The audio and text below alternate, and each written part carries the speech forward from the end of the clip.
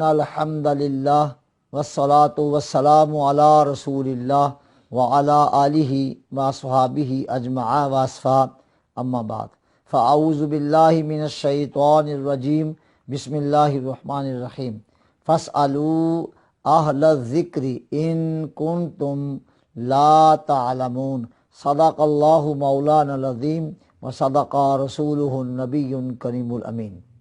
حضرات محترم، اللہ تعالیٰ قرآن مجید میں ایک سے زیادہ مرتبہ یہ ارشاد فرماتا ہے کہ اگر تمہیں کوئی مسئلہ معلوم نہ ہو تو اہل ذکر یعنی اہل علم سے پوچھ لیا کرو۔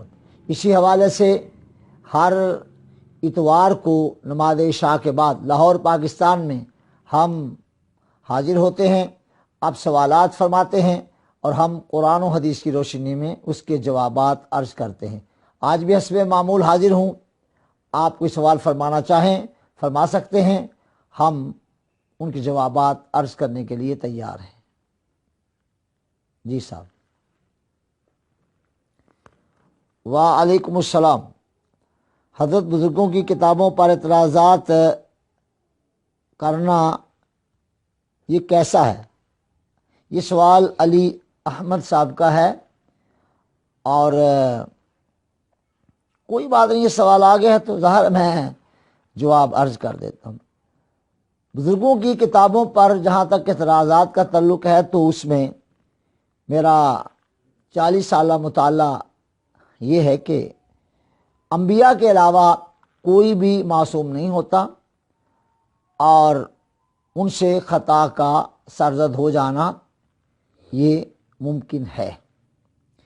میں نے 40 سال جو مطالعہ کیا تو اس میں میری میموری میں ہے کوئی 15,000 مقامات ایسے ہیں جہاں پر ایسی باتیں ہمارے اکابر کے قلم سے نکل گئیں جن پر اعتراض کیا جا سکتا ہے، لیکن دیانتداری سے عرض کرتا ہوں، مجھے 40 سال کا بھی یہ جرأت نہیں ہوئی کہ میں کسی بڑے شخص کی کتاب پر اعتراض کروں۔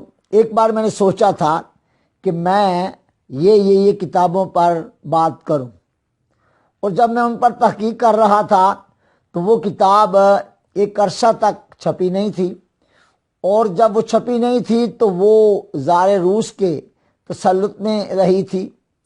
تو میں نے کہا کہ اہم ممکن ہے کہ اس وقت اس کے اندر یہ عبارات جو ہیں لاحق کر دی گئی ہوں، اس لیے میں خاموش رہا۔ الحمدللہ میرا یہ شک بہت حد تک صحیح رہا، اور اب اگر کوئی کبھی کسی کی کتاب پر اعتراض کرتا ہے تو میں اس کا دورانیہ پہچان لیتا ہوں، اور اس کی عبارات پر جو وضاحتیں ہوتی ہیں وہ بڑے ادب کے ساتھ کر دیتا ہوں۔ لہذا اس طرح اپنے آپ کو مشہور کرنے کے لیے، ورنہ ابن خلقان کی کتاب کے اندر وفایات العیان میں بہت سارے مقامات ایسے ہیں جہاں اعتراضات لوگوں نے کیے۔ بلکہ جب میں پڑھتا تھا، یہ کوئی 1982 کی بات ہے، اس کی ایک عبارت پیش کی گئی اور کہا کہ لیں اس کا ذرا آپ بتائیں یہ کیا لکھا ہے انہوں نے۔ میں نے کہا جی آپ عبارت پڑھیں تو میں اس کا عرض کر دیتا ہوں۔ انہوں نے کہا کہ بیٹا بات یہ ہے کہ یہ عبارت ہے، پڑھیں بھی آپ۔ میں نے کہا جی آپ ایسے کریں کہ مجھے موقع دے دیں تو پھر میں انشاءاللہ عبارت بھی پڑھ دوں گا اور میں اس کا ترجمہ بھی کر دوں گا۔ بہرحال مختصر یہی ہے کہ ہم نے اس کو پڑھا اور اس کا ترجمہ بھی کر دیا۔ بلکہ مجھے اس بات پر آج ناز ہے کہ میرے پروفیسر جناب محترم خان محمد چاولہ صاحب رحمہ اللہ، انہوں نے جب میرا بیٹا جی سی میں پڑھنے کے لیے گیا تو کلاس میں تعارف کراتے ہوئے حضرت نے کہا یہ میرا پوتا شاگرد آیا ہے، اور اس کا باپ جب یہاں پڑھنے آیا تھا تو وہ عربی عبارت کا ترجمہ کرنے میں اس طرح کا کمال کرتا تھا کہ مجھے اس نے متاثر کر لیا تھا، اور لفظ علامہ میرے ساتھ اس دور میں لگایا۔ عبارت یہ تھی، عبارت وفایات العیان کی یہ تھی کہ حضرت حسان ابن ثابت رضی اللہ عنہ کے حوالے سے وہ بات کر رہے تھے، اور وہاں انہوں نے لکھا کہ ہوا فحل من فحول الجاہلیہ۔ اب ظاہر بات ہے کہ فحل کا مطلب عربی زبان میں ہوتا ہے وہ سانڈ، موٹا بیل اور شنڈا نہیں ہوتا، اس کو کہتے ہیں فحل۔ تو ہوا فحل من فحول الجاہلیہ، تو طلبہ ترجمہ کر رہے تھے کہ وہ جس طرح ترجمہ لغوی بن رہا ہے، مجھے کہتے ہاں بھئی تو ترجمہ کر، اب کیا کرے گا؟ میں نے کہا جی ہوا فحل من فحول الجاہلیہ، حسان ابن ثابت زمانہ جاہلیت کے شعراء میں سے چوٹی کے شاعر تھے، الحمدللہ آج تک مجھے یاد ہے۔ عبارات کی وضاحتیں کرنے کے لیے عبارات پر جٹ کر کے اعتراض کرنا یہ کوئی کمال نہیں ہے، ان کے محاورات کو جاننا چاہیے، اس بندے کے مقام و مرتبے سے آگاہی ہونی چاہیے، پھر اس پہ بات کرنی چاہیے۔ لہذا 15,000 مقامات میری نظر میں ہیں، میں تو جناب ایک ایک کر کے شروع کر دوں 2-3 مہینے لگ جائیں گے، لوگ کہیں گے واہ، یعنی میری اگر شیطان اکسائے مجھے تو ایک چیز سے بڑھا تو علامہ ہی نہیں ہے، لہذا میں اس قسم کا کوئی بھی اپنے علم کا اظہار نہیں کرنا چاہتا، مجھے پتا ہے من آنم کے من دانم، میں کیا ہوں۔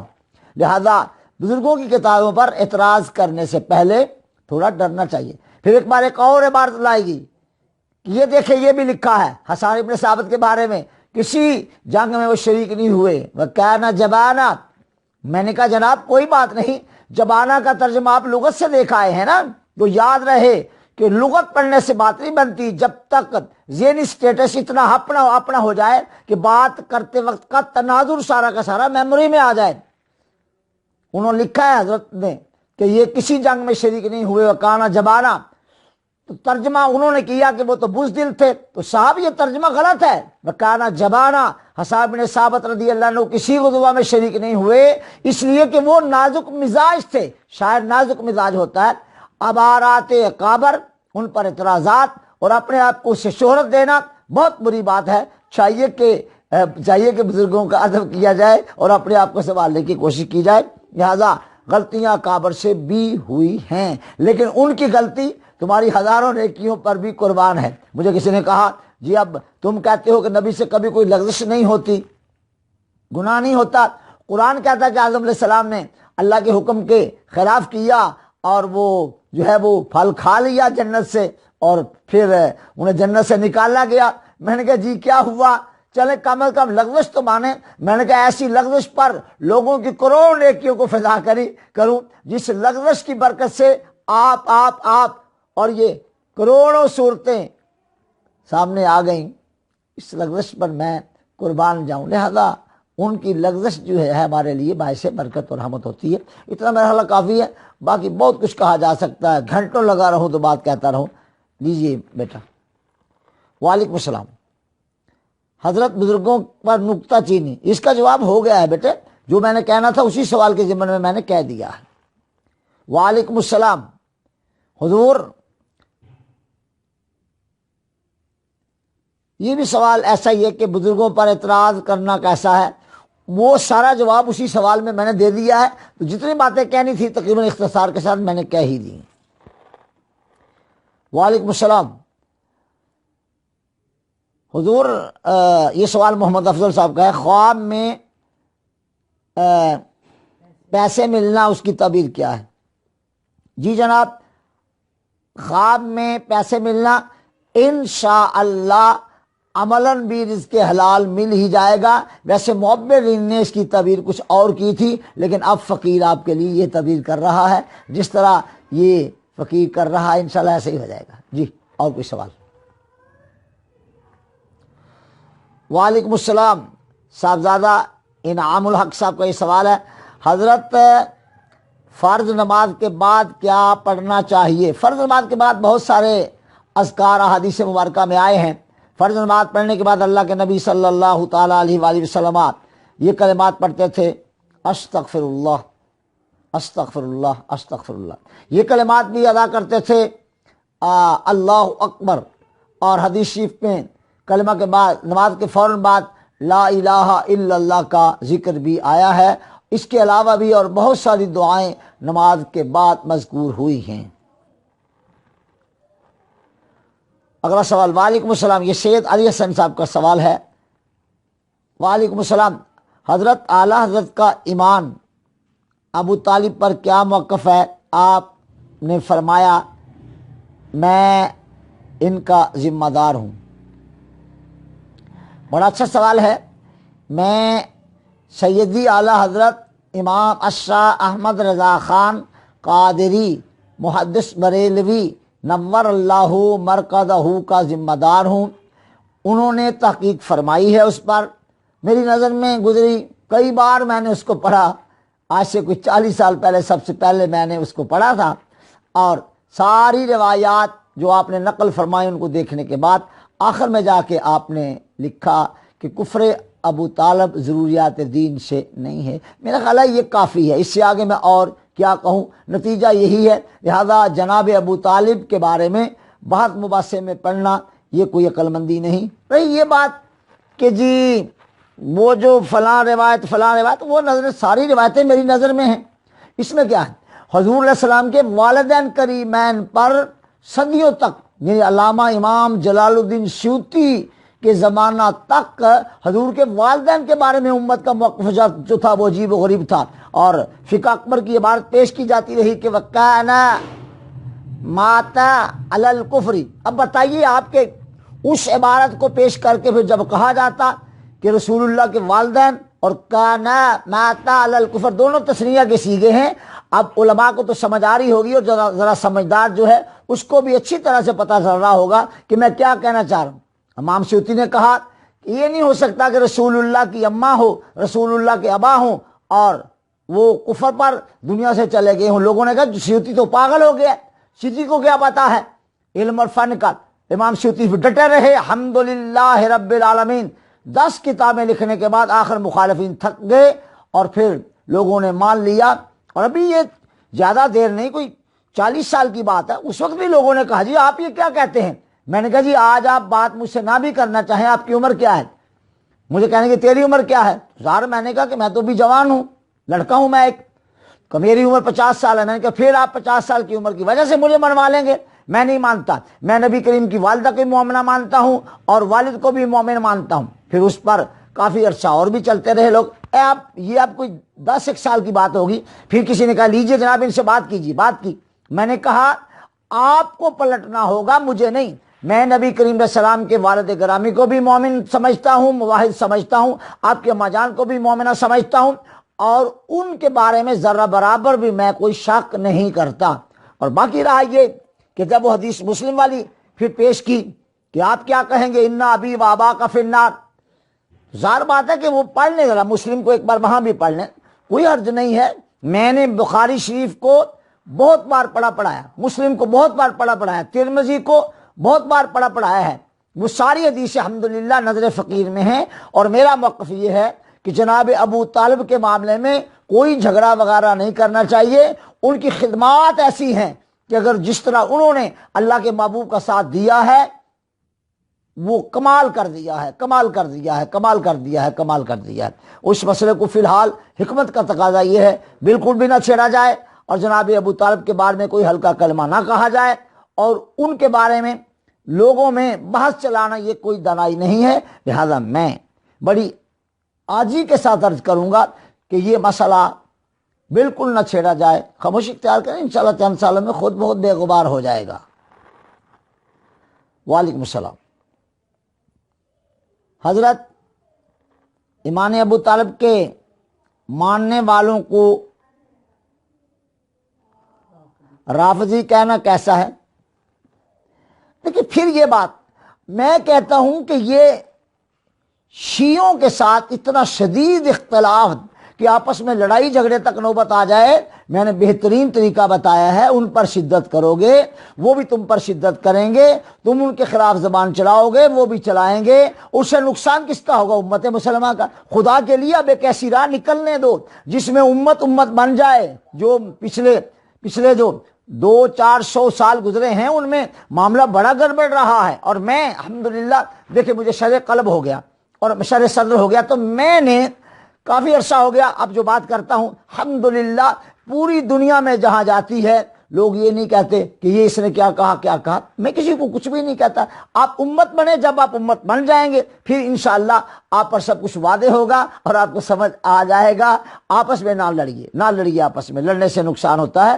آپ ساری دنیا اکٹھی کر لیں، بس میں کہتا ہوں لاؤ جی میں فلاں موضوع پہ مناظرہ کرنا چاہتا ہوں، آپ کو پتا ہے میں فن مناظرہ کا بڑا ماسٹر ہوں، میں نے بڑے لوگوں کو چپ کروا دیا ہوا ہے، لیکن اب میں کوئی 20 سال ہو گئے میں نہیں کسی کو کہتا ہوں مناظرہ کر لو، سوائے وقت کے ضیاع کے اور کچھ بھی نہیں ہوتا۔ مانتے نہیں ہیں لوگ، اور جب آپ پیار کریں گے تو انشاءاللہ تعالیٰ انہیں بھی کچھ خیال آئے گا، یار ہمیں بھی خیال کرنا چاہیے۔ بہرحال حضرت جو ہے وہ ابو طالب کے حوالے سے نرم پولیسی اختیار کرنی چاہیے، اور میں اپنی بات کر رہا ہوں، کسی پر کوئی نہیں ٹھوستا۔ وہ مخفی الایمان تھے، چونکہ انہوں نے جس طرح رسول اللہ کا ساتھ دیا صلی اللہ تعالی وسلم، وہ تو حق ادا کر دیا ہے۔ یعنی وہ مجھے یاد ہے جس دن یہ سارے جمع ہو کر بڑے بڑے سردار آئے کہ تو درمیان سے ہٹ جا، اسی ادنا اپنے نبڑ لینے۔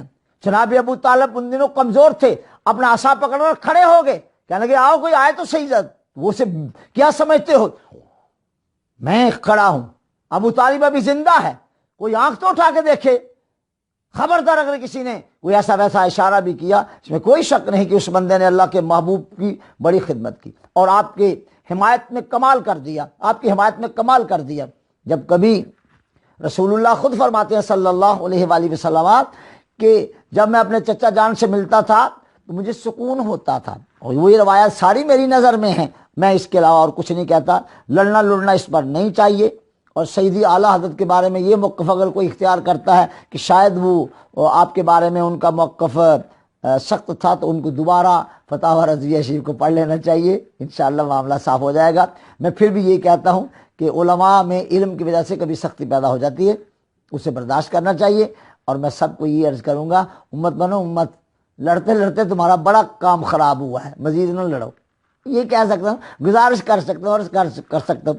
بعض لوگ میرے بارے میں کہتے ہیں اب یہ نا بوڑھا ہو گیا تو اس کا لگتا ہے کوئی عقل وقل اس کی ٹھکانے نہیں رہی۔ ایسی بات نہیں ہے، جوانوں سے عقل میری زیادہ ٹھکانے ہے، اور بلکہ مجھے تو عقل آئی اب ہے۔ میں امت کی بات کرتا ہوں، اچھی لگے کسی کو بری لگے، میری بلا سے مجھے بھی کوئی پرواہ نہیں ہے۔ ہاں یہ نیا سوال اصغر علی صاحب کا سوال ہے۔ وعلیکم السلام حضور، آج مسلمانوں کے زوال کا سبب کیا ہے؟ آپس کی لڑائیاں۔ جو انرجی انہوں نے ملت کا کام کرنے پر لگانی تھی، صرف کرنی تھی، امت کے لیے کام کرنا تھا، وہ آپس میں یعنی پورا گھنٹہ صرف کیا جا رہا ہے، وہ غلط وہ غلط وہ غلط، اور پھر جواب میں فلاں چھڑ پڑتا تو غلط، ادھر سے وہ تو غلط۔ کیا فائدہ بھی اس میں؟ آپ کے پڑھنے لکھنے کا کیا فائدہ ہوا؟ امت کو کیا دے رہے ہیں آپ؟ خدا کے لیے زاویہ مثبت کر لیجئے اور اپنا انداز یہ رکھیے کہ میں نے امت کو امت بنتے دیکھنا ہے، اور بحیثیت امت کے میں نے اس امت کے لیے کام کرنا ہے، اور ملت کا زوال مجھے ہرگز مطلوب نہیں ہے۔ مجھے اگر کوئی کہے کہ ملت جو ہے وہ وحدت میں آتی ہے تو اپنا سر نیچے کر دے، اور کوئی مجھے کہے کہ تجھے یہ کہیں گے وہ کہیں گے، کوئی بات نہیں، مجھے جو کہنا کہہ لو، لیکن ملت بننے دو، اس امت کو امت بننے دو، اس امت میں وحدت پیدا ہونے دو، اس امت کو ایک پلیٹ فارم پہ آنے دو۔ علماء کرام، آپ کی خدمت عالیہ میں دونوں ہاتھ جوڑ دیتا ہوں، حضور آپ بڑے لوگ ہیں، آپ کا ضرور بڑا ہونا چاہیے، لڑنا چھوڑیں اور کام کیجئے، دین کا کام کیجئے۔ بدلنا ہے تو میں بدلو، نظام میں کشی بدلو، مگر نہ جام و مینا کے بدل جانے سے کیا ہوگا۔ جی اور ہے سوال کوئی؟ اچھا ماشاء اللہ، آ گئے ادھر سے۔ اچھا وعلیکم السلام۔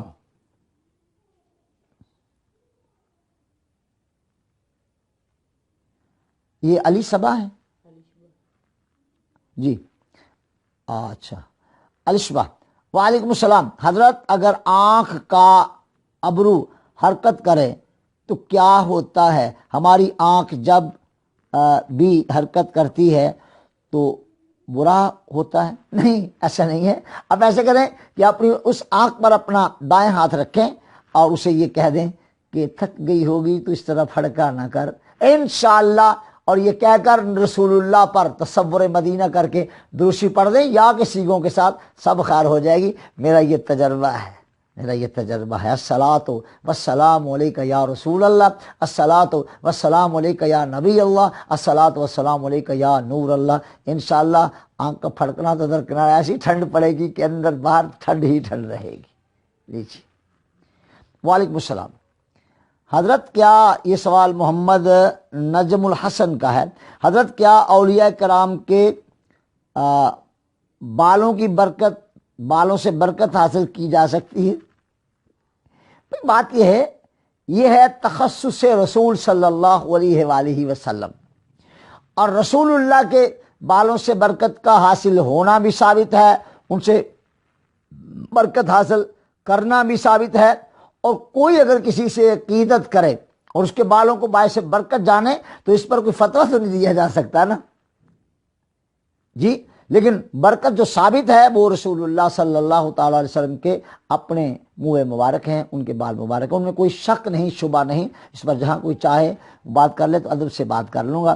باقی کسی بزرگ کو اگر کوئی بزرگ سمجھتا ہے، وہ سمجھتا ہے کہ اس کے بالوں میں میرے لیے برکت ہے، تو میں ہرگز بھی اس کا انکار نہیں کروں گا، میں پاگل تو نہیں ہوں نا۔ ایک بندہ کہتا ہے جی میرے بزرگ ہیں، میرے لیے تو ان کے بال بھی باعث برکت ہے، میں کیوں کہوں گا کہ نہیں؟ تو یہ عقلی سی بات ہے، اس میں کوئی شک والی بات ہے۔ جس سے جس کو پیار ہوتا ہے اس کا سب کچھ اسے پیارا لگتا ہے۔ وعلیکم السلام۔ یہ سوال منیر عبد العزیز کا ہے، حضرت قضا نماز پڑھنے کا طریقہ کار کیا ہے؟ کیا کوئی ایسی حدیث ہے جس میں یہ ارشاد ہو کہ 3 سے زیادہ نمازیں نہیں پڑھنی چاہیے؟ بات یہ ہے کہ نمازیں قضا کیوں کی جائیں، اور اگر نمازیں قضا ہو گئی ہیں تو ہمارے بزرگوں نے کہا کہ آپ ہر نماز کے ساتھ ایک قضا نماز ادا کر لیا کریں، اور آپ جب شروع ہوئے تو اکٹھی نمازیں قضا پر قضا دھڑا دھڑ پڑھے جا رہے ہیں، آپ کے اپنے کاموں میں تعطل آئے گا۔ لہذا جو ہے وہ یہ حدیث، ایسی حدیث اس وقت مجھے مستحضر نہیں ہے، میں نہ اس کا انکار کرتا ہوں نہ اقرار۔ 12 نمازوں کو ایک نماز کے ساتھ اپنی ایک نماز پڑھ لی جائے، یہ تو بالکل صحیح ہے۔ وعلیکم السلام۔ اقرار الحسن صاحب یا اسرار الحسن ہیں، ان کا یہ سوال ہے، کہتے ہیں حضرت کیا کسی مومن کے لیے لفظ لعنت بولنا چاہیے؟ نہیں یار، لعنت جلدی سے نہیں کرنا چاہیے مومن پر، بہت بری بات ہے۔ لعنت کرنے سے بڑا پرہیز کرنا چاہیے، زبان کو قابو میں ہی رکھنا چاہیے، اچھی بات ہے، کیونکہ اس کا قابو میں رہنا جو ہے وہ آپ کے جنت میں جانے کا سبب بن جائے گا۔ نہیں، اس طرح جٹ سے نہیں۔ آپ نے دیکھا میرا انداز، مجھے بہت غصہ چڑھے کسی پر تو میں بہت غصہ تو میں کہتا ہوں ماں کے بینڈو سن لو۔ اور بینڈا ایک برسات کے موسم میں چھوٹا سا جانور ہوتا ہے، درختوں سے چمٹا ہوتا ہے اور مسلسل ٹیں ٹیں کرتا ہے، اور اس ٹیں ٹیں کا کوئی مقصد نہیں ہوتا۔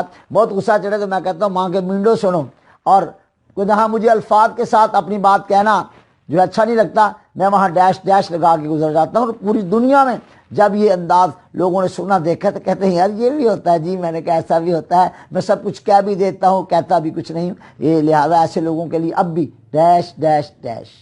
آپ غور کیجئے گا، میرے ان ڈیشز کے اندر بہت کچھ نظر آئے گا، آنکھ ہونی چاہیے دیکھنے والی۔ چلیں جناب، آ جائے گا نظر آپ کو، کوئی بات نہیں۔ وعلیکم السلام۔ یہ راشد مبین صاحب ہے غالباً، کیوں بھی راشد مبین ہی ہے، راشد مبین صاحب کا سوال ہے۔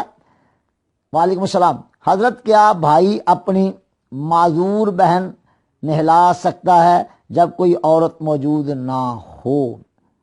وہ اپنی آنکھوں کو بند کر لے اور پانی اس کے اوپر پھینک دے، اور آنکھیں کھولنے سے پہلے اس کو کپڑا وغیرہ سے کامل پردہ کرا دے تو انشاءاللہ اللہ گرفت نہیں فرمائے گا۔ اللہ تعالی ہم سب کو سمجھنے کی توفیق عطا فرمائے۔ جی وعلیکم السلام۔ یہ سوال توصیف رضا کا ہے، کہتے ہیں حضور اگر قرآن مجید میں سے کوئی بال نکلے تو وہ کیسا گمان کریں، نبی اکرم کا یا کسی بزرگ کا؟ قرآن مجید میں سے کئی بار بال نکل آتا ہے، میں جب پڑھا کرتا تھا تب بھی حفظ جب کرتا تھا، ویسے میں حافظ نہیں بن سکا پورا اپنی مصروفیات کی وجہ سے، تو اکثر آیات مجھے یاد ہے، تو اس وقت بھی قرآن مجید کے نسخے جو کھلتے تھے ان میں سے بال نکل آیا کرتے تھے، تو کوئی بات نہیں، نکل آتے ہیں بال۔ اب یہ کہ بال یہ نبی کریم کا بال ہے صلی اللہ علیہ وسلم، سرکار کی طرف نسبت کرنے سے پہلے بہت احتیاط کی ضرورت ہے۔ آج کل تو بال میں دیکھتا ہوں، اس پر نیٹ پر مجھے ایک دن بچے دکھا رہے تھے کہ اتنی لمبی لاٹک دکھائی جا رہی ہے، زلف، اسے زلف کا نام وہ کہتے ہیں رسول اللہ کا ہے۔ میں بھائی چپ ہوں، ڈرتا رہتا ہوں، لوگوں کو تو ذرا برابر بھی کچھ خوف میرا کر رہا ہی نہیں گیا، جہاں جی چاہتا ہے وہ جو کہنا شروع کر دیتے۔ بہرحال نہ اقرار کرتا ہوں نہ انکار کرتا ہوں۔ توصیف رضا صاحب۔ وعلیکم السلام۔ نعمان خان صاحب کا یہ سوال ہے، حضرت سوشل میڈیا پر فرقوں کو آپس میں ایک دوسرے کے خلاف باتیں کی جاتی ہیں، اس حوالے سے لوگوں کی تربیت فرما دیں، امید کرتا ہوں لوگ آپ کی بات ضرور سنیں گے۔ جواب یہ ہے کہ آپ فرقوں کی بات کرنے کی بجائے آپ اپنی بات کیوں نہیں کرتے؟ لوگوں کی بات، یعنی لوگوں کی باتیں آپ کرتے ہیں، فلاں نے یہ کہا، فلاں نے یہ کہا۔ جب تک اس چکر میں رہو گے نا کہ فلاں نے یہ کہا، فلاں نے یہ کہا، لوگوں کے جسے عیب نظر آنے لگ جائے لوگوں کے، اور اپنا کوئی عیب نظر نہ آئے، سمجھے کہ بندہ انتہائی احمق ہے، بیوقوف آدمی ہے۔ اگر عیب ہی چننے ہیں تو اپنے چن، اگر نقاش نکالنے ہیں تو اپنے نکالو۔ میں تو زندگی میں الحمدللہ جب بھی بات کی، میں نے کہا بھائی بات یہ ہے کہ میرے اندر تو کوئی کمال ہے نہیں، تو میں صاحبان کمال پر تنقید کرنے کا کیا حق رکھتا ہوں؟ میرے زمانے کے جو علماء ہیں جیسے بھی ہیں، میرے نزدیک یہ بہت مکرم ہے، بہت معزز ہے۔ آپ کو پتہ ہے کہ میں نے کبھی کسی بندے کو اس لیے ہی نہیں چھیڑا۔ اگلے دن سوال آیا تھا، ایک نام بھی لکھا ہوا تھا، فلاں صاحب جو ہے وہ ایسے کر رہے ہیں، زبان کو چلاتے ہیں۔ میں نے کہا کوئی بات نہیں، اب 10 سال کی بات ہے، این سمجھ ساری آ جانی ہے، کوئی بات نہیں۔ میں نے کچھ بھی نہیں کہا، مجھے کیا ضرورت پڑی ہے؟ مجھ سے انہوں نے اصلاح مانگی ہے کہ میری آپ اصلاح کر دیں، جی میں آپ سے اصلاح کروانا چاہتا ہوں، کر لیں، اپنا زوردار لگا لیں۔ اس سے کبھی کسی کو شہرت نہیں ملی کہ فلاں یہ نے یہ کیا، یہ اس کی غلطی، فلاں نے یہ کیا، اس کی غلطی۔ ارے میاں اپنی غلطیاں نکال، لوگوں کے کمالات تلاش کر۔ جب آپ لوگوں کے کمال تلاش کرنے پر لگیں گے تو انشاءاللہ آپ کے اندر اللہ کمالات پیدا کر دے گا۔ آپ کو ضرورت نہیں رہے گی لوگوں سے کہلانے کی کہ میں بڑی چیز ہوں۔ انا لا شے، میں نے تو کئی بار کہا ہے میں تو کوئی شے نہیں ہوں، باقی سب مجھ سے بڑے ہیں۔ علماء بھی، مشائخ بھی، کام کرنے والے، یہ رائٹرز بھی، ادیب بھی، شعراء بھی، سب مجھ سے بڑے لوگ ہیں، میں سب سے چھوٹا بندہ ہوں۔ بس اللہ تعالیٰ کے حضور یہی دعا ہے کہ وہ مجھے قبول فرما لے۔ اللہ کے محبوب کی بات کے دربار میں بھی یہی میری عرض ہے کہ وہ مجھے قبول فرما لے۔ وہ ایک بار حشر میں کہہ دے کہ یہ میرا ہے، بس بات بن گئی۔ اس کے علاوہ جتنے لمبے چوڑے جھانجڑ ہیں، میں یہ ہوں، میں وہ ہوں، جی جناب آپ سب کچھ ہیں، میں ماننے کو تیار ہوں، آپ جو کہیں گے وہ کہتے رہیں، مجھے کوئی پرواہ نہیں کسی کی۔ لیجیے جناب، اور اس پر میڈیا پر فرقوں کی باتیں، ہاں ماشاءاللہ وہ بڑا اچھا لگتا ہے۔ اب وہ مجھے بھی لوگوں نے کہا کہ آپ یہ بات اس طرح کریں، میں نے کہا جناب آپ کے ارشاد فرمانے کی ضرورت نہیں ہے، میں کہہ لوں گا جس طرح کہیں، جب میں کہہ دوں گا تو پھر اس کے بعد بات کیجئے گا کہ مجھے اب وہ کلپ دیکھ لیں جو میں نے ہندوستان کے مسلمانوں کے لیے ریکارڈ کروایا اور بچوں نے اس کو فیس بک پہ ڈال دیے، دیکھ لیں آپ، میں جو کہا ہے سب کے سامنے ہے۔ میرا ایک اپنا انداز ہے، اپنے ایک طریقہ کار ہے، مجھے اس طرح کہنے دیجئے۔ آپ کو یہی عرض کرتا ہوں کہ اس امت کو امت بننے دیں اور تخاطب علماء کریں، اے امت مسلمہ، اے امت مسلمہ، اے امت مسلمہ، انشاءاللہ بڑا مزہ رہے گا۔ چھوڑ دیں سارے جھنجھٹ۔ آپ کا مدرسہ اس پر زور لگایا جا رہا، فلاں سے فلاں ٹوٹ جائے، میری طرف آ جائے۔ میں اس طرح نہیں کہتا، میں نے کیا کرنا لوگوں کو توڑ کر؟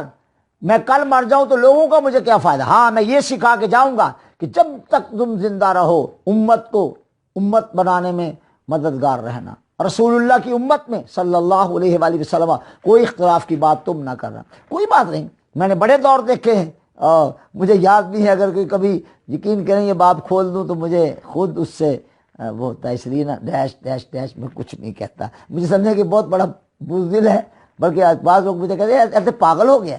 جی جناب میں پاگل ہی ہو گیا، صحیح لگ رہا ہے، دسو کہ میں جڑی گل کرنا وہ امت دا فائدہ ہے کہ نہیں؟ یہ امت دا فائدہ ہے پھر مان لو، لیکن امت دا نقصان ہے تو میں نے دسیا جے بھی اے تیری گل جڑی ہے امت کو نقصان پہنچایا، کمال کی بات ہے۔ صرف یہی کہنا کہ میں صحیح ہوں، میں صحیح ہوں، ہم صحیح ہیں، ہم صحیح کیوں جی؟ اگر آپ غلطی کریں گے تو آپ کی بھی صلاح کروں گا جی۔ اور سوال ہے نا؟ ماشاء اللہ، وعلیکم السلام۔ رشبہ، حضور اگر کسی نے منت مانی ہے اور وہ بھول جائے تو کیا کرنا ہوگا؟ جب بھی کبھی یاد آئے گا اس پر عمل کر لے، اگر بھول گیا تو جو بھول ہی گیا اس کے لیے تو کوئی شریعت اس پہ نہیں لگاتی، کوئی ہرجانہ وغیرہ نہیں لگاتی، بھی منت مانی تو بھول گیا، جب یاد آئے گا پوری کر لینا۔ وعلیکم السلام۔ یہ سوال بھی علیشہ بھائی کے، اچھا یہ علیشہ کوئی بیٹی ہوگی ہے نا، بیٹی ہوگی۔ حضور کیا منت مان لینی چاہیے، جائز ہے کہ نہیں؟ جی جناب منت مان لینی چاہیے، لیکن ماننے سے پہلے سوچنا چاہیے کہ میں اسے پورا کر لوں گی یا کر لوں گا۔ یہ نہ ہو کہ منت تو مان لی، کام اللہ کر دے تو پھر بعد میں اس کو پورا کرنا مشکل ہو جائے۔ منت سوچ سمجھ کر ماننی چاہیے۔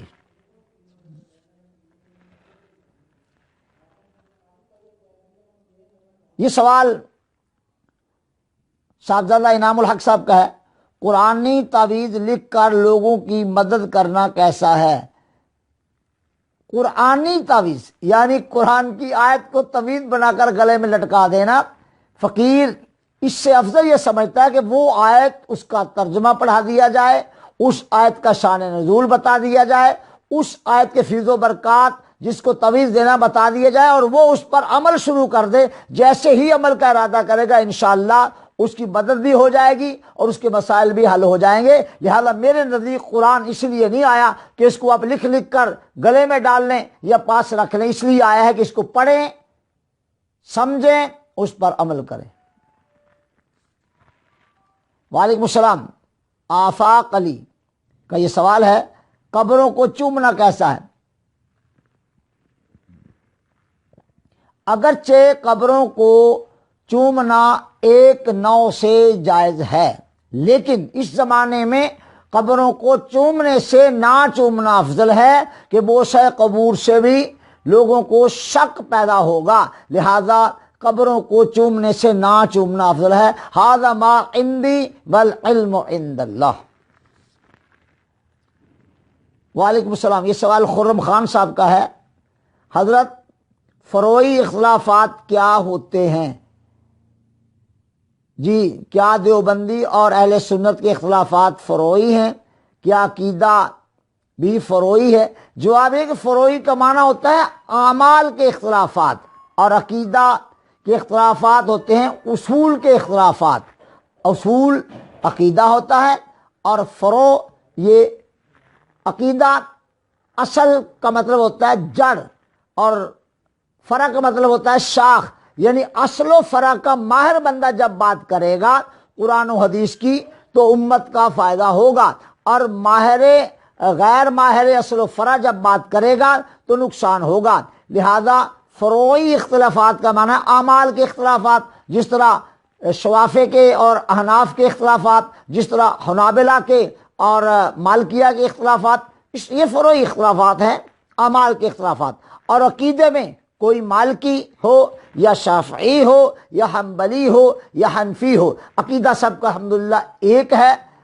اب رہا کسی کی کوئی عبارت، تو کسی کی عبارت پر بھی جج سے کوئی فتویٰ نہیں دیا جا سکتا جب تک لکھنے والے کو اس پر مطلع نہ کیا جائے، اور جو معنی پڑھنے والے کو سمجھ آ رہا ہے وہ معنی اس کے لکھنے والے کو بتایا جائے، اور وہ اگر مجھ سے معذرت کر لے تو یہ کفر اب تک کیا تھا؟ لزومی۔ تو علماء نے لکھا ہے کہ لزوم کفر نہیں ہوتا، التزام کفر ہوتا ہے۔ جب اسے آگاہ کیا گیا پھر اس پر ڈٹ گیا کہ میں صحیح ہوں، اب وہ لزوم التزام بنا اور اب حکم کفر لگ گیا۔ اور یاد رہے علماء کسی پر حکم کفر لگا کر خود کافر نہیں بناتے، بلکہ علماء بتاتے ہیں کہ اگر یہ ایسے ہو تو اس سے کفر لازم آ جاتا ہے۔ اور یہ تمام مکاتب فکر کی کتابیں میری نظر میں ہیں، میں نے پڑھی ہوئی ہیں، اور اگر کسی کا جی چاہے تو میری وہ کتاب جو ہے نا الجھا ہے پاؤں یار کا زلف دراز میں، کبھی پڑھ لیجئے، انشاءاللہ کافی مسئلہ حل ہو جائے گا۔ باقی رہا یہ فلاں کے ساتھ اختلاف، جیسے انہوں نے لکھا دیوبندیوں کے ساتھ اختلاف، تو دیوبندی سارے کے سارے جو ہیں ان کو کہیں جی وہ سب کے سب ایسے ہیں، تو یہ تو میں ماننے کو تیار نہیں ہوں۔ میں نے علامہ قادمی شاہ صاحب رحمہ اللہ کا خطبہ استقبالیہ 1978 میں جو ملتان میں منعقدہ آل پاکستان سنی کانفرنس کے موقع پر دیا تھا، میں الحمدللہ وہاں موجود تھا جی، اور میں نے وہ خطبہ سنا تھا، اور آپ نے اس مسئلہ کو بڑی کمال نفاست کے ساتھ حل فرمایا تھا۔ مجھے سب پہلو یاد ہیں، لہذا میں ان اختلافات میں پڑھنے کی بجائے کہتا ہوں کہ دیوبندی بن کے نہ جیو، بریلوی بن کر بھی نہ جیو، اور وہابی بن کر بھی نہ جیو، شیعہ بن کر بھی نہ جیو، مسلمان بن کے جیو اور مسلمان بن کر مر جاؤ۔ چلو مجھے پاگل کہہ لینا، کوئی بات نہیں، لاؤ جی۔ وعلیکم السلام. یہ بھی سوال الشبا کا ہی ہے. حضور منت ماننے کا طریقہ بتا دیں. یا اللہ میرا یہ کام ہو جائے تو میں تیری بارگاہ میں 2 نفل ادا کروں گی, اور جب وہ کام ہو جائے تو 2 نفل ادا کر دیجیے. جیسے سیدہ فاطمہ زہرا نے 3 روزے رکھنے کی منت مانی تھی کہ میرے بیٹوں کو شفا ہو جائے تو میں 3 روزے رکھوں گی. چنانچہ انہوں نے منت مانگی, اللہ نے شہزادوں کو شفا دے دی اور آپ نے 3 روزے رکھے. بی بی اللہ تعالیٰ کی وہ عظیم بندی ہیں. بی بی کا مجھے ویسے ذکر آ گیا. میں آپ سے عرض کروں, جب کوئی مسئلہ میرا پھنس گیا اور مجھے سمجھ نہیں آتی کہ میں یہاں کیا کروں. ایک دن ایک نوجوان جامعہ میں مین گیٹ سے داخل ہوا تو گرمی کا موسم تھا, میں برآمدے میں بیٹھا ہوا تھا. ایک انہوں نے وہاں وہ رکھا ہوا تخت پوش لکڑی کا, اس پر میں بیٹھا ہوا تھا. تو دوڑا ایک نوجوان آیا, جی آپ سے ملنا چاہتے ہیں. میں نے کہا جی آ جائیں. آگے وہ حضرت بیگم صاحبہ ہاسپٹل میں ہیں, انہوں نے مجھے کہا ہے کہ آپ فیصلہ کر کے جلدی سے بتاؤ کہ دونوں جانوں میں سے ایک جان بچ سکتی ہے, یا تو بچہ بچ سکتا ہے اور یا بیگم. دونوں کو ہم نہیں بچا سکتے, معاملہ اتنا گڑبڑ ہے. تو مجھے کسی نے بتایا ہے کہ آپ تعویذ دے دیتے ہیں تو اس سے کام ہو جاتا ہے. میں نے کہا اچھا. مجھے کچھ سمجھ نہ آئے, نہ کوئی اس قسم کا تعویذ مجھے اس وقت یاد تھا. تو میں نے فوراً کاغذ منگوایا اور ایک شاگرد کو میں نے کہا تو میرے پیچھے کھڑا ہو جا, جو میں لکھوں اسے یاد رکھ لینا آج کی ڈیٹ میں. جو یاد رکھ لیا. واللہ میں نے کاغذ میں لکھا, یا اللہ میں تیری بارگاہ اقدس میں سیدہ طیبہ طاہرہ فاطمہ زہرا سلام اللہ علیہا اور ان کے شوہر نامدار حضرت علی شیر خدا رضی اللہ عنہما کا واسطہ پیش کرتا ہوں. یا اللہ ان کے واسطے سے یہ مشکل حل فرما دے. وہ بند کر کے کاغذ میں نے اس کو پکڑا دیا. میں نے کہا جا کے بیگم کی مٹھی میں پکڑا دو. وہ چلا گیا بیچارہ تیزی سے. اور بہرحال اگلے دن عصر کے قریب وہ نوجوان دوڑا آ رہا تھا, ہاتھ میں مٹھائی کا ڈبہ بھی تھا. تو میں نے کہا اس سے پوچھو کیا لگا. حضرت بڑی مہربانی. میں نے جا کے وہ تعویذ بیگم صاحبہ کی مٹھی میں پکڑایا, پینس تیز ہوئی اور اللہ تعالیٰ نے نارمل بیٹا عطا کر دیا ہے. بیٹا بھی ٹھیک ہے, بیگم بھی ٹھیک ہے. وہ لوگ مجھے کوئی آ کے سمجھائے.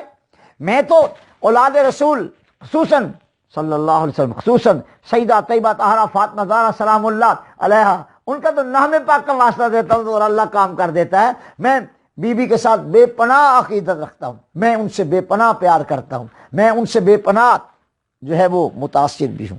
جب میری مشکل ذاتی پڑتی ہے, اب لوگوں کو یہ تو نہیں پتا کیا کیا مشکلات بندے پہ پڑتی ہیں, جب پڑی تو میں فوراً بی بی کا واسطہ دیتا ہوں, ان کے شوہر نامدار کا واسطہ دیتا ہوں, وہ مشکل حل ہو جاتی ہے. اب کوئی مانے نہ مانے میری بلا سے, میں تو خود اس عملاً گزرا ہوا اس راہ سے.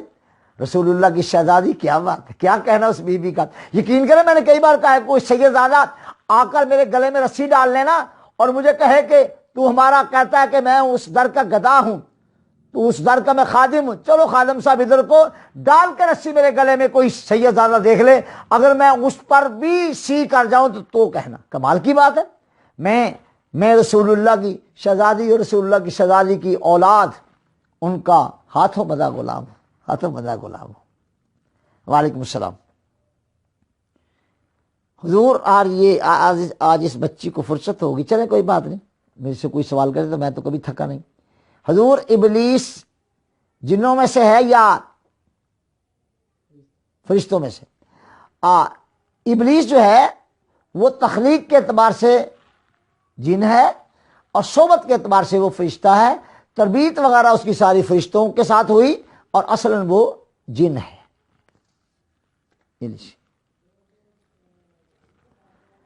وعلیکم السلام.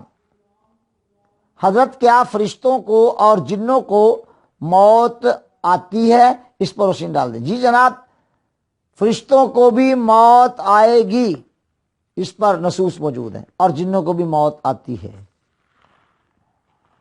وعلیکم السلام. صاحبزادہ انعام الحق صاحب کا سوال ہے, حضور آپ ہمارے سروں کے تاج ہیں, آپ اپنے بارے عاجزی کے طور پر بھی نہ کہا کریں نازیبا الفاظ. چلیں آپ کو خیال تو آیا نا حضور, آپ کو خیال تو آیا نا. چلیں میں جو لوگوں کو کہوں کہ میں بڑی فنکار چیز ہوں, میں یہ ہوں, میں بہت بڑا علامہ ہوں, میں یہ ہوں, تو پھر ظاہر ہے کہ لوگ کہیں گے یہ کیا کہتا ہے. اگر اس طرح میں نے کہہ دیا جناب میں آئندہ احتیاط کروں گا, تو میں آئندہ احتیاط کروں گا. ٹھیک ہے جی, اپنے بارے میں نہیں ایسا کہتا. میں تو ظاہر ہے آپ لوگوں کو یقین کریں ہنس ہنس کے دیکھتا ہوں. آج دیکھیں میں سارا دن کا تھکا ہوا تھا. دوپہر کو میں دادا صاحب کی بارگاہ میں گیا, سوالوں کے جواب دیے. اس کے بعد ایک میرے روحانی بیٹے کے بیٹے کا عقیقہ تھا, یعنی میرے روحانی پوتے کا, وہاں گیا. وہاں سے نکل کے آیا تو گھر میں جو ہے وہ میری بیٹیاں تشریف لائی ہوئی تھی, ان کی زیارت کی, ان کے بچوں سے پیار وغیرہ کیا, اور پھر اس کے بعد یہ تشریف لے آئے. نمازیں میں نے یہیں مصلی بچھا کے پڑھی, اور اب میں آن لائن ہو گیا. آج تو آپ کو پتہ نا جبہ نہیں پہنا ہوا, وہ جبہ جامعہ میں تھا, یہاں تھا نہیں. جی لائیے جی, جبے کے بغیر ہی حاضر ہو گیا. وعلیکم السلام. سید علی حسن صاحب, حضور اگر لا علمی میں کوئی ایسا گناہ ہو جائے جس کا کفارہ لازم ہے, گناہ مخفی طور پر تھا, کیا توبہ کرنے سے گناہ بھی ختم ہو جائے گا؟ انشاءاللہ سید صاحب آپ توبہ کریں, انشاءاللہ آپ کے نانا جان کے صدقے میں سب معاف ہو جائے گا. گناہ کا ہو جانا یہ سلب ایمان تو کیا سلب ولایت کا باعث بھی نہیں ہوتا, بشرطے کہ یہ تاثر باقی رہے کہ میں نے گناہ کیا ہے, تو اس سے انشاءاللہ اللہ معاف فرما دے گا. اللہ تعالی ہم سب پر اپنا رحم فرمائے. وعلیکم السلام. اسرار احمد, پیر کی عزت کیسے کرنی چاہیے؟ پیر کی عزت ایسے کرنی چاہیے جیسے بزرگوں کی عزت کی جاتی ہے, اور عزت میں کوئی ایسا پہلو نہ آ جائے کہ جس سے شرک لازم آ رہا ہو, یا پیر صاحب کو خواہ مخواہ میں چبارے پر چڑھا دیا جائے, بعد میں وہاں سے دھکا لگے تو معاملہ گڑبڑ ہو جائے. لہٰذا پیر کی عزت اپنے باپ سے بھی زیادہ کرنی چاہیے. بیٹے سے پیار زیادہ باپ کرتا ہے, اور جوان کے لیے زیادہ عزت اپنے پیر کی ہوتی ہے. لہذا پیر بڑی کام کی چیز ہے, پیر ہونا چاہیے. پیر انشاءاللہ ساحل مراد تک لے ہی جائے گا. ہو چار شرائط کا جامع, یعنی پیر اصلی وہ ہے جو چار شرائط کا جامع ہو. میں نے کئی بار بیان کی ہوئی ہیں, اور بعض لوگ جامع شرائط, جی سبحان اللہ, میں تو بیان کر دیتا ہوں, یاد کر لیجئے یاد کر لیجئے یاد کر لیجئے. صحیح العقیدہ مسلمان ہو, دو باعمل, دو عالم ہو, نمبر 3 باعمل ہو, نمبر 4 صاحب الاجازہ والخلافہ ہو. 4 شرطیں, ایسا بندہ تو بیعت کرنی چاہیے, ورنہ بیعت کی ضرورت ہی نہیں ہے. ایسے تھوڑا کہ جس کو اٹھ کے چاہا بیعت کر لی, یہ شرائط ہے اس کی, پیر کی. یہ جناب, اور بھی ہے کوئی سوال؟ ماشاءاللہ. وعلیکم السلام. خرم خان صاحب, حضور ماشاءاللہ آپ کی نشست میں کہ دل بہت نشست سن کر دل بہت خوش ہوا, انشاءاللہ اس پر عمل ضرور کروں گا. اللہ تعالیٰ آپ کو عمل کی توفیق دے, اور مجھے بھی اللہ تعالیٰ اعمال صالحہ کی توفیق عطا فرمائے. اللہ ساری امت کا بھلا کرے اور امت کو امت بننے کی توفیق دے. میں نے وہ جو ہندوستان کے مسلمانوں کے لیے کہا ہے اسے آپ سب سن لیجئے, اور سن کر اس پر کومنٹس بھی فرمائیے, اور آگے شیئر وغیرہ بھی کر دیجئے.